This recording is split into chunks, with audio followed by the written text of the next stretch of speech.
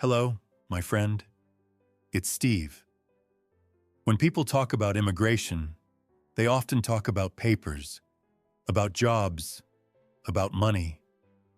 But nobody really talks about the silence that follows you when you move to a new country. Today, I want to tell you a very simple story.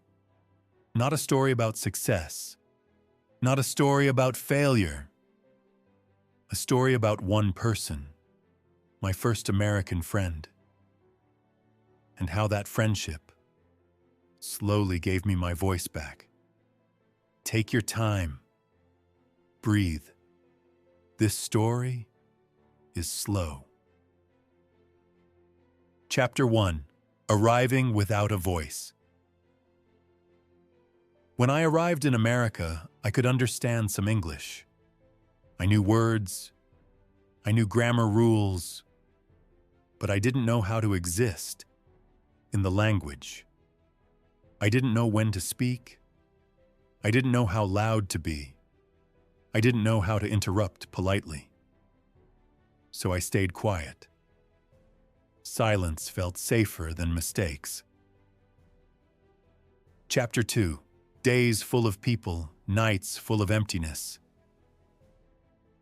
My days were full of people. The bus was full. The streets were busy. Work was noisy. But my nights were empty. I came home. I ate alone. I watched TV without understanding much. English filled the room, but not my mind. I missed simple conversations. I missed being myself. Chapter 3. Watching life through glass. At work, people talked around me. They joked, they complained. They shared stories about their weekends. I understood parts of it, enough to smile, not enough to join. I felt like I was watching life through a glass wall, close, but unreachable. Chapter 4. Silence as a shield. Silence became my shield. If I didn't speak, I couldn't be wrong. If I didn't speak, I couldn't embarrass myself. So I answered with short words. Yes. No. Okay. Inside, I had full sentences, but they stayed inside. Chapter 5. The coffee machine moment. One morning, everything changed because of a coffee machine. I was standing there waiting for my coffee. The machine was loud. The smell of coffee filled the room. A man stood next to me. He looked at me and said, "Morning." Just one word. But my heart reacted. Chapter 6. The pause. I paused. My brain searched for rules, for the correct response. Then I remembered something. This was not school. So I answered, "Morning." My voice was low, but it was real. He smiled. That smile changed the room. Chapter 7. His name was Mike.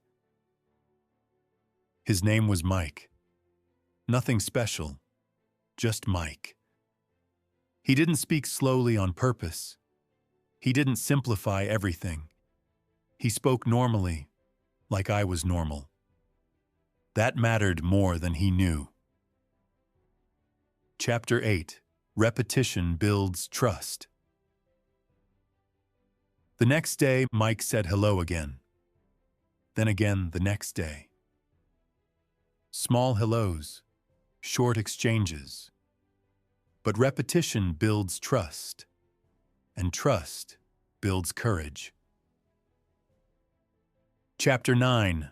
Small Conversations, Big Impact. We talked about simple things.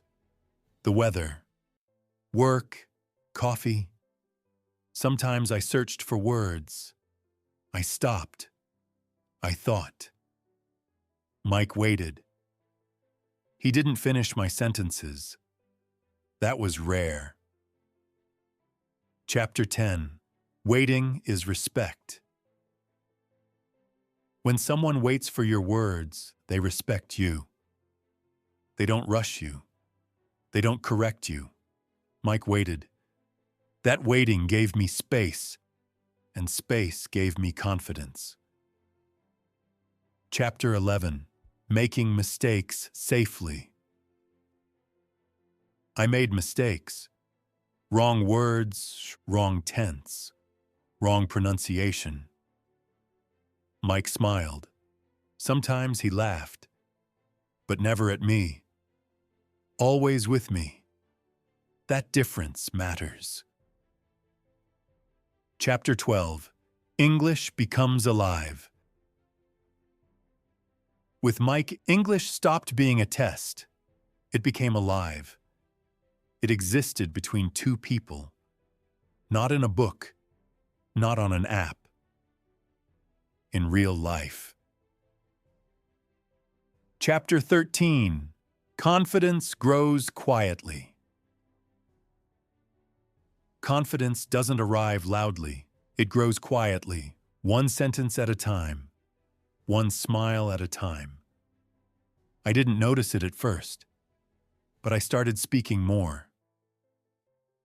Chapter 14. Talking to others. I started talking to other co-workers, short sentences, simple words, but I spoke, and nobody laughed. Nobody complained. That surprised me. Chapter 15.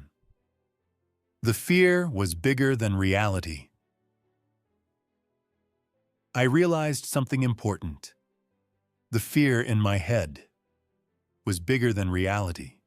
Most people were patient. Most people were kind. I had built a wall that didn't need to exist. Chapter 16. One person changes the pattern. All it took was one person to break the pattern. One friendly face, one normal conversation. Sometimes that's enough. Chapter 17. Mike didn't know. Mike never knew what he did for me. To him, he was just being polite. But for me, he reopened a door, the door to my voice.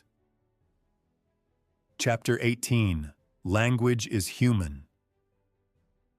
Language is not grammar. Grammar is a tool. Language is human. It lives between people. And without people, language dies. Chapter 19. Remembering that time. Today, when I think about that period, I feel grateful. Not because it was easy, but because it taught me how connection works. Chapter 20. For you, listening now. If you are listening to this, and you feel silent inside, you are not broken. You are learning, and learning needs safety. Chapter 21. Find your one person. You don't need many friends. You need one person who listens, who waits, who doesn't judge. That's enough. Chapter 22. Progress is not loud. Your progress may be invisible, but it is real. Every sentence matters. Every attempt counts. Language is not built. with rules alone. It is built with humans. Thank you for listening, my friend.